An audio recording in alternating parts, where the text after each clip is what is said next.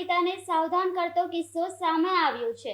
ઉધના વિસ્તારમાં રહેતા 2 વર્ષનો બાળક 5 રૂપિયાનો સિક્કો ઘરે જતા ઓપરેશન કરવાની ફરજ પડી હતી।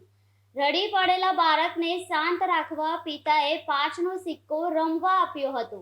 સુરત ઉધના વિસ્તારમાં 2 વર્ષનો બાળક રમતા રમતા 5 રૂપિયાનો સિક્કો ઘડી ગયો હતો, જેથી બાળકની સફળ સર્જરી કરીને સિક્કો બહાર કાઢવામાં આવ્યો હતો।